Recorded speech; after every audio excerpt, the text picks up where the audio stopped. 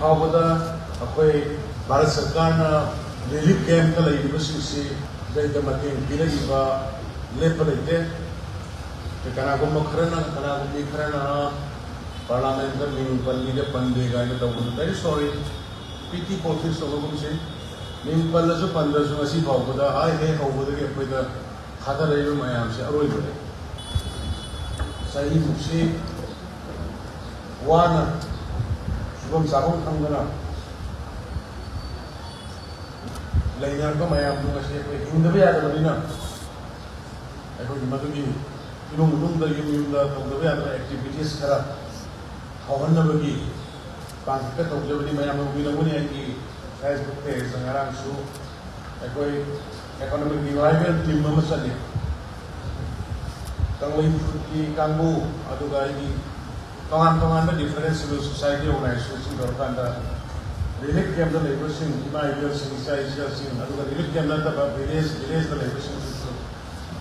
food processing की करीगी तो मयाम अमा याम फजना रेस्पॉन्स लई लेकाई तो होबो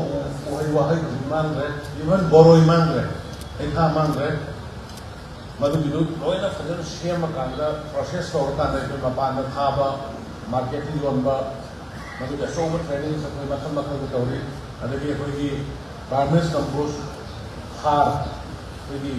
साबा सेमबा अदुदा पैसा याम कानना जाने अद मधुगी ट्रेनिंग पीदी उजिक सतना सेंगुम थाबगी अदगी गेनाव नानू मचा अखोई मणिपुर से ओले हानादी मपानदी येनाउची पुसला मणिपुरी मणिपुर अभी मैचिन मधुगी लेरे अब निमित कुमा थोई खुदिंगी येन मचा सि ओला लगे अखोई मयाम खंगबन हमें ना मचा इवन अखोई याम फेमस स्टेसिगी मैजै सरेंग एना खंगना बादु लोकल सरेंग दोजी अखोई मचा उठोगा योनबंगा में सि पुनमक्सी मयाम की मपानदगी ने यामरोइना सेरिकल्चर उनके तौरिबा एक्टिविटीज मयाम हेन उबिरमगनी सेरिकल्चर के कोई मफम मरी मंगादा अचौसौबा कोई थबक तौरी इंटीग्रेटेड फूड प्रोसेसर प्रोजेक्ट सांडेल तमेंगलोंग नोने चोचानपुर अदगी ईवी प्रोजेक्ट सेनापति जिरीबाम अदगी इंटेंसिव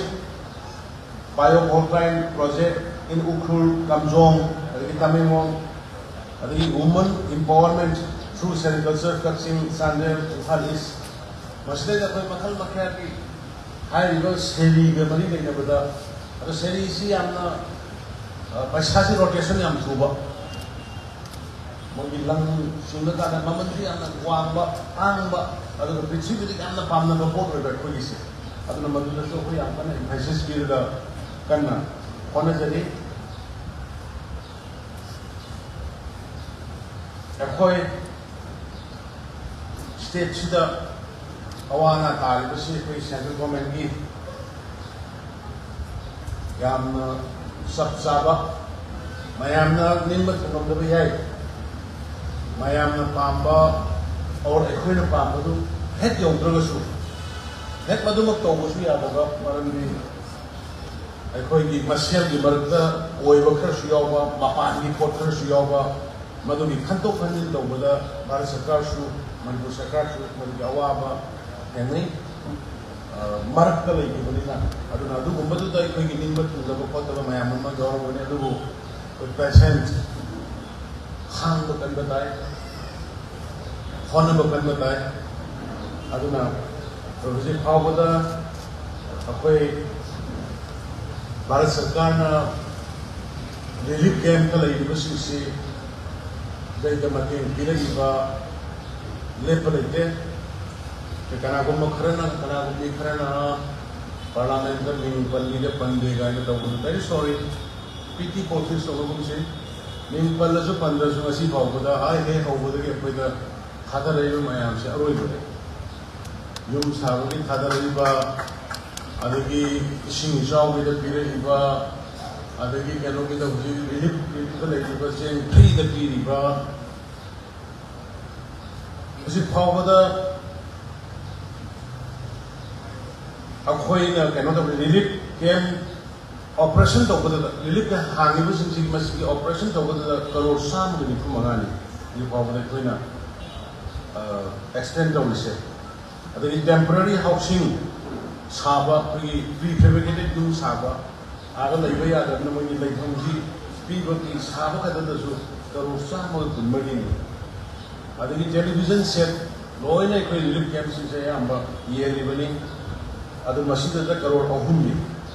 अदगी मी अमममदा लिसिंग अममम है रिलीफ के अंदर लेबा मी अमममदा लिसिंग इमुंग अमदा मी तरा ने इमुंग लिसिंग तरा इमुंग मी मंगा ले इमुंग लिसिंग मंगा मसी से कोई राउंड मरी रखी है मसी की राउंड मरी रखी बस दा कोई रुपा पुन करोड़ पुन मुंदोई अदगी compensatory package अखोई लौगी आगु होंग्रे उबंग अमोंग्रे संग अमोंग्रे न तौबसिदा अदगी युमगी रे अनांग सिंगी nutrition personal hygiene compensatory package द करो ट्रांपन जे सक हरग बनी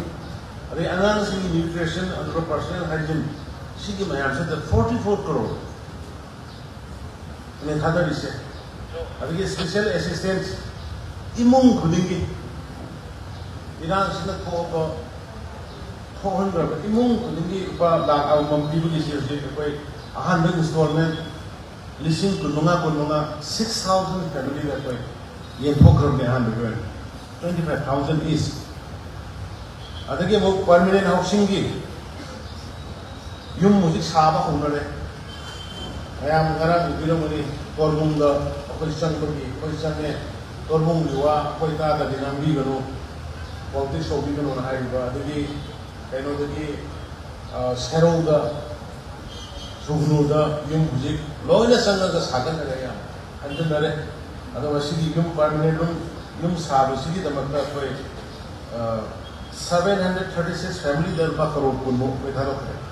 आइने मसी पंचरी सिवारो बिगरो मैम कना गुम्बा सम पीटी पॉलिटिक्स हो कांगो करना कोई गवर्नमेंट की मैम की रिलीफ के अंदर लेडी बस की कैंदा तौद्रब गुम्बा अदे रिलीफ के अंदर सलगा अवाना खरा उनरो हेक्ता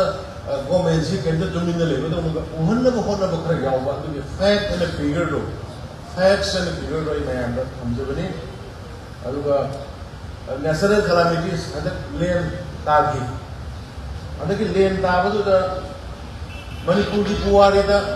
सेनियर वो honourable MLA minister ma'am Shobi Manipur की पुवारी दा सुगम नेचुरल कैलामिटी खोगा खुदक लेन नसी तारगा हयन दगी जिंदगी येन से कराय कर मतलब थोक के कंट्री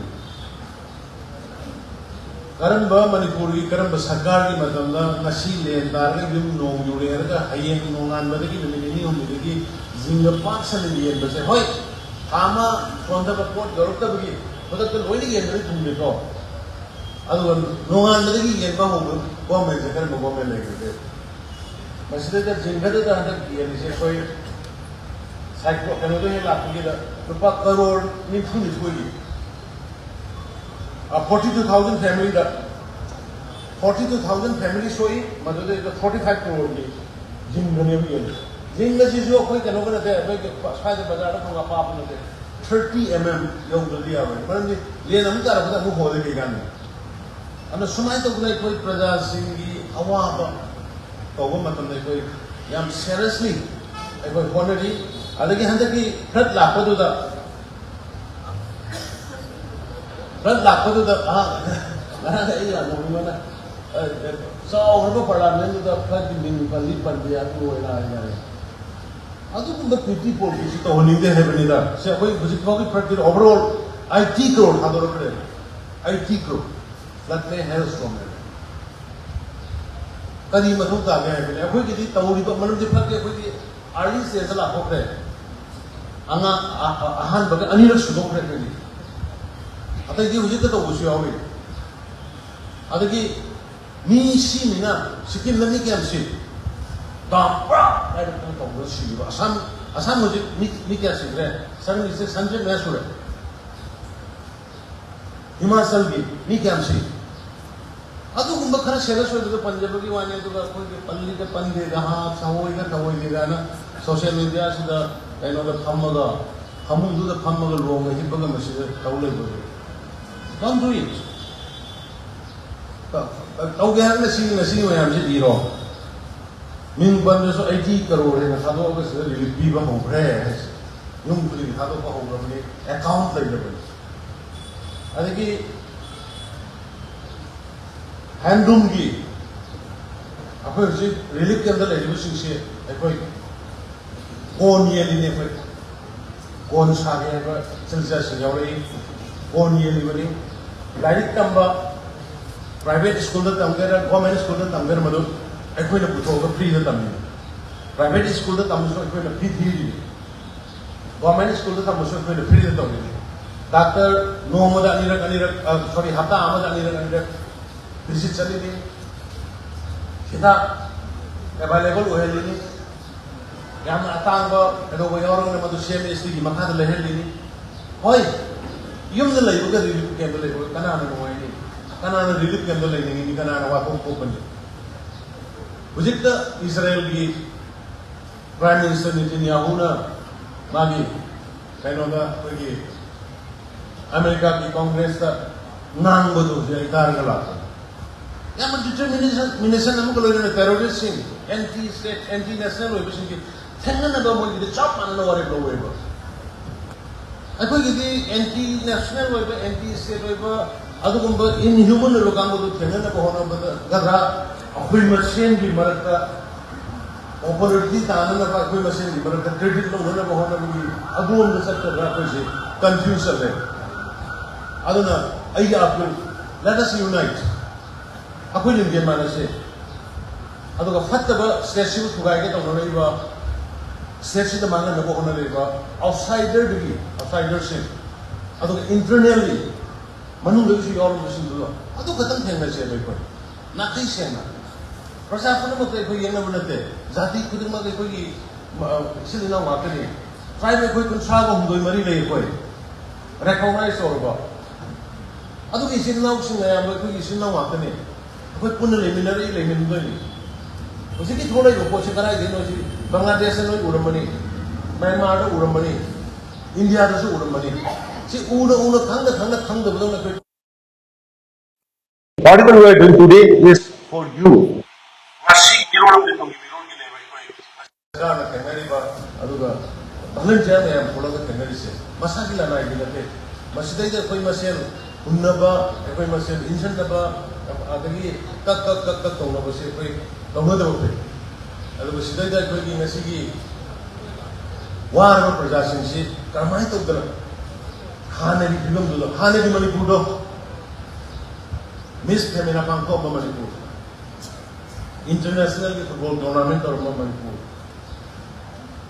होटल में साना होना स्टार्स की अदुगा कोई सागे ना कोई ना ताना बा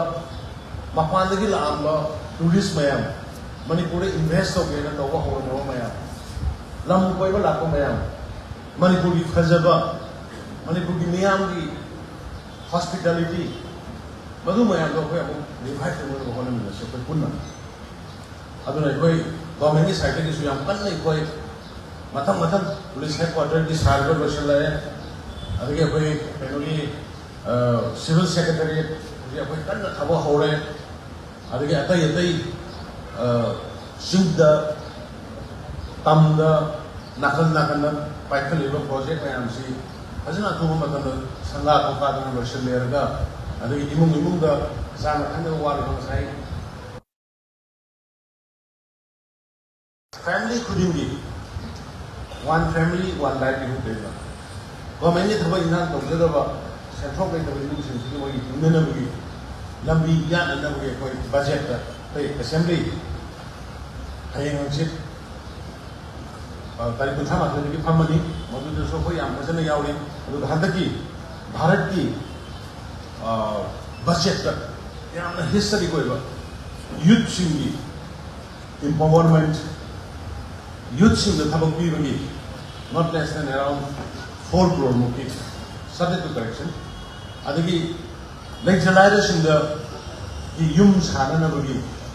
ꯑꯗꯒꯤ ꯋꯨꯃꯟꯁ ꯏꯝꯄꯥꯋꯔꯃꯦꯟ ꯌꯥꯝ ꯐꯖꯅ ꯌꯥꯎꯋꯦ ꯑꯗꯨꯅ ꯃꯔꯨꯑꯣꯏꯅ ꯌꯨꯠꯁꯤꯡꯅ ꯉꯁꯤ ꯐ꯭ꯔꯁꯇ꯭ꯔꯦꯁꯟꯒꯤ ꯊꯕꯛ ꯏꯪꯈꯥꯡ ꯐꯪꯗꯕꯒꯤ ꯂꯩꯔꯤꯕ ꯄꯣꯠꯁꯤ ꯃꯌꯥꯝ ꯐꯣꯀꯁ ꯃꯌꯥꯝ ꯐꯖꯅ ꯄꯤꯔꯦ ꯑꯗꯒꯤ ꯑꯩꯈꯣꯏꯒꯤ ꯋꯨꯃꯟꯁꯤꯡꯒꯤ ꯅꯨꯄꯤꯁꯤꯡꯒꯤ ꯏꯝꯄꯥꯋꯔꯃꯦꯟꯒꯤ ꯃꯇꯥꯡ ꯌꯥꯝ ꯐꯖꯅ ꯄꯤꯔꯦ ꯀꯅꯥꯅ ꯇꯧꯔꯝꯒꯦꯅꯦ ꯕꯖꯦꯠ ꯇꯧꯕꯗꯤ ꯃꯩ ꯂꯩꯅꯗꯕ ꯑꯩꯈꯣꯏꯒꯤ ꯆꯥꯗ ꯀꯨꯟꯊ꯭ꯔꯥ ꯅꯨꯄꯤꯁꯤꯡꯒꯤ ꯁꯤꯠ ꯔꯤꯖꯥꯔꯚ ꯇꯧꯒꯗꯕꯅꯤ ꯂꯥꯎꯔꯛꯏꯁꯦ ꯑꯩꯈꯣꯏꯅ ꯚꯥꯞ ꯀꯥꯕꯣꯛ ꯇꯥꯕꯗꯒꯤ ꯂꯥꯎꯔ ꯂꯥꯛꯑꯦ ꯁꯔꯀꯥꯔ ꯃꯌꯥꯝ ꯑꯃ ꯄꯥꯟꯈ꯭ꯔꯦ ꯀꯅꯥꯝ ꯇꯧꯔꯝꯗꯦ ꯑꯣꯟꯂꯤ ꯄ꯭ꯔꯥꯏꯝ ꯃꯤꯅꯤꯁꯇꯔ ꯃꯣꯗꯤꯖꯤꯒꯤ ꯃꯇꯝꯗ ꯅꯨꯄꯤꯁꯤꯡꯒꯤ 33% ꯂꯥꯛ 33% ꯔꯤꯖꯥꯔꯚ ꯇꯧꯅꯦꯅ ꯂꯥꯎꯊꯣꯛꯏꯁꯤ ꯍꯧꯗꯣꯔꯦ ꯃꯊꯪꯒꯤ ꯂꯥꯛꯄ ꯏꯂꯦꯛꯁꯟꯗꯒꯤ ꯁꯨꯃꯥꯏꯅ ꯑꯩꯈꯣꯏ ꯄꯨꯟꯅ ꯆꯠꯃꯤꯟꯅꯁꯤ ꯍꯧꯖꯤꯛꯀꯤ ꯔꯤꯂꯤꯐ ꯀꯦꯝꯞꯇ ꯂꯩꯔꯤꯕ ꯃꯌꯥꯝꯗ ꯑꯩꯈꯣꯏ ꯌꯥꯝ ꯀꯟꯅ ꯐꯣꯀꯁ ꯄꯤꯔꯤ ꯑꯗꯨꯒ ꯂꯣꯏꯅꯅ ꯔꯤꯂꯤꯐ ꯀꯦꯝꯞ ꯅꯠꯇꯕ ꯈꯨꯡꯒꯪꯗ ꯑꯣꯔ ꯏꯝꯐꯥꯜꯗ ꯑꯣꯏꯔꯒꯁꯨ ꯁꯨꯐꯝ ꯆꯥꯐꯝ ꯈꯪꯅ ꯂꯩꯔꯤꯕ ꯃꯌꯥꯝꯁꯦ ꯃꯁꯤꯒꯤ ꯑꯩꯈꯣꯏ ꯃꯈꯜ ꯃꯈꯥꯒꯤ ꯇ꯭ꯔꯦꯅꯤꯡ ꯄꯤꯔꯀꯥꯟꯗ ꯁꯦꯟ ꯃꯆꯥꯗꯒꯤ ꯍꯧꯒꯅꯤ ꯂꯤꯁꯤꯡ 10ꯗꯒꯤ 20ꯗꯒꯤ ꯂꯥꯛ 1, 2, 3 ꯑꯣꯔ ꯏꯚꯟ ꯂꯥꯛ 10, ꯂꯥꯛ 5 ꯁ꯭ꯋꯥꯏꯗꯒꯤ ꯍꯧꯔꯒ ꯑꯗꯨꯒ ꯃꯥꯒꯤ ꯍꯥꯟꯅ ꯂꯩꯖꯔꯝꯕ ꯐꯖꯅ ꯇꯧꯔꯝꯕ ꯀꯔꯕꯥꯔꯗ ꯕꯤꯖꯤꯅꯦꯁ ꯐꯖꯅ ꯇꯧꯔꯝꯕ ꯀꯥꯡꯕꯨꯗꯤ ꯁꯦ ꯀꯔꯣꯔ ꯄꯤꯕ ꯌꯥꯎꯏ ꯀꯔꯣꯔ ꯃꯈꯥꯏ ꯄꯤꯕ ꯌꯥꯎꯏ ꯃꯥꯒꯤ ꯃꯇꯨꯡ ꯏꯟꯅ ꯑꯗꯨꯅ ꯃꯌꯥꯝꯁꯨ ꯃꯁꯤ ꯂꯦꯡꯕꯤꯔꯛꯏꯕꯁꯤꯡꯁꯨ ꯍꯧꯖꯤꯛ ꯐꯪꯉꯤꯕ ꯄꯩꯁꯥꯁꯦ ꯁꯤꯗꯤ ꯉꯥꯏꯍꯥꯛꯀꯤ